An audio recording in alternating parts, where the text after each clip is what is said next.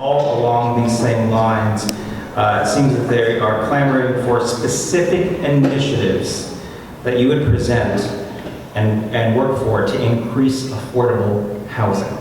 When I look at the affordable housing, we got to have all the tools in the box. Multifamily tax exemption, 8, 12 years. Look at, densifying some of our districts and some of the things that we're doing right now as far as looking out into the Westgate area, as far as District 1 is concerned. Westgate, James Center, places where we've succumbed to strip malls and that. Let's look at putting multi-use buildings into those areas, and there might be some other tools. I've been having conversations with some of the lobbyists in that they're going to be looking in Olympia for tools that that modify the multifamily tax exemption to also include workforce standards, community workforce standards, and things like we've looked at here in Tacoma and outlined in the Tacoma 2025 document. For specific policies, so a couple of them. We used to have a 10-year tax abatement for properties. The state moved it to an 8-year for no affordable housing and 12-year with affordable housing with less than 80% AMI, meaning kind of affordable. I'd like to see us work with the state to get a 20-year tax abatement and move it to 50% AMI, so continue to make that incentive a little better for developers. I think we need to look at the example of the YWCA for building affordable housing for homelessness, domestic survivors of homelessness, domestic violence survivors experiencing homelessness. We're paying over $100,000 to the city of Tacoma in improvements for sewer, utilities, road, and street improvements. If we want to fix affordable housing, that's $100,000 we could take off the top of an affordable housing project and make it more easy to build these things by removing those. I think looking at any property the city owns and giving nonprofits first shot, looking at building affordable housing, we can turn over that property right now. The library gave away a property, right? We sold the property right next to the library when the libraries work to a nonprofit developer. There are other properties like that in Tacoma we can do. So those are 3 policies I'd like to look at. So I believe that there is an initiative already in place, and it's been mentioned here before a couple times, is the Affordable Housing Action Strategy. And what that does is it lays out a strategic plan that proposes solutions to all of our affordable housing needs.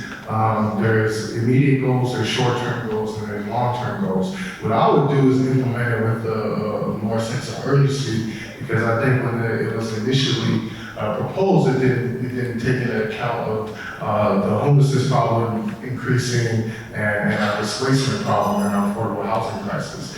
So I would definitely put more urgency on implementing the Affordable Housing Action Strategy. I would look for the city to invest in more non-traditional types of housing, like tiny homes, workforce-style homes that cater to teachers, nurses, firefighters who are considered workforce, who make too much to receive state assistance, but don't make enough to afford what we call market rate. So I'd like to see more out-of-the-box thinking and more investing in more non-traditional type housing. Thank you for bringing up the Affordable Housing Action Strategy that me and my colleagues have been working on for several years now. And within that strategy, there are several things that we can do to address affordability. One of the things has been mentioned that I think is a really important thing to address, which is right now, the area median income is 80%, and that's what we base affordability off of. At 80% right now of the area median income for the city of Tacoma, but really it's Pierce County, so it's not even the city of Tacoma, is about $40-something thousand, which is still really high when it comes to affordability. So what I would like to see the city do, we're already having conversations about that, is lowering the AMI to 60%, and then also make sure that we are investing in permanent assisted housing.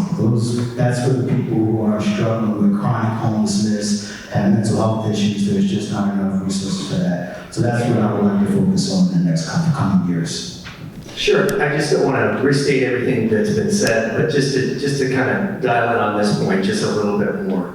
The City of Tacoma, the Tacoma Housing Authority, an excellent organization. Together, we don't have the resources to build the number of affordable housing units that need to be built in this community.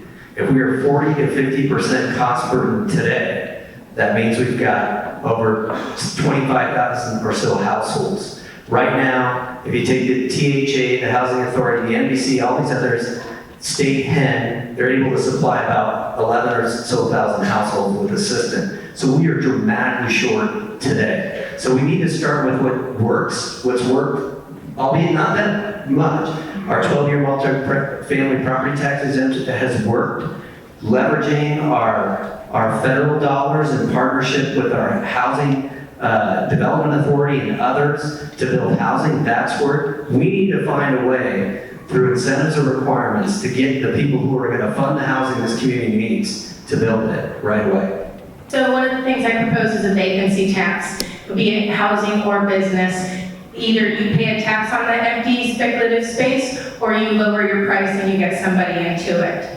I want to see public housing, strictly public, no profit, built preferably by a city unit, but at least to have a city construction system that can negotiate and make a bid. So, and then I would like to see, we're likely headed to an economic crash, and so I'd like to see the city purchase properties as they come onto the market and make those into public housing as well. And one of the things that will help this is having a municipal bank. If the state doesn't make a state bank soon enough, we might as well have one in our city and let city money make money for the city and not for a mega corporation. Thank you. So again, I will echo many of my colleagues on the Affordable Housing Action Strategy. We're so lucky to live in a city with an amazing housing authority and great people, great minds around the table that just created that document. And it's ready to go. We have goals, we have plans, we have specific things we can do. So digging into that, building on public-private partnerships, taking a look at those tax abatements to see what works, all of those things are pieces that I agree with. A couple things that I think I'll add to the conversation is just making sure that we're basing everything in equity. I know I worked a little bit on making sure that we pass the health in all policies policy to make sure that we're taking a look at equity in all of our decision making. So I think keeping that with that on the affordable housing implementation is really important. And then again, looking at the upstream effects and making sure we're keeping people in housing, reducing the barriers or reducing the number of evictions so that we're not trying to rehouse folks after they've left. So I think a number of things we can do there with the supporting landlords and tenants on both sides of that equation. So I want to start this conversation with a little bit of context, and people have referred to the 2018 Affordable Housing Action Strategy, but there was a 2010 document that was about affordable housing, and the recommendations in that 2010 study are nearly identical to the recommendations in the 2018 study. And so I asked the question, given my experience of operating inside the city, why didn't we do anything between 2010 and 2018? And I think that's a very important question to answer so that we can get past those obstacles and not just end up 5 years from now studying it again to get the same answers. And so we have started to dip our toe into some of the solutions and the specific policies in the 2018 study, which are all good, and I think we need to move forward with those. But we also understand why we failed to do that in the past, so we don't keep making the same mistakes over again.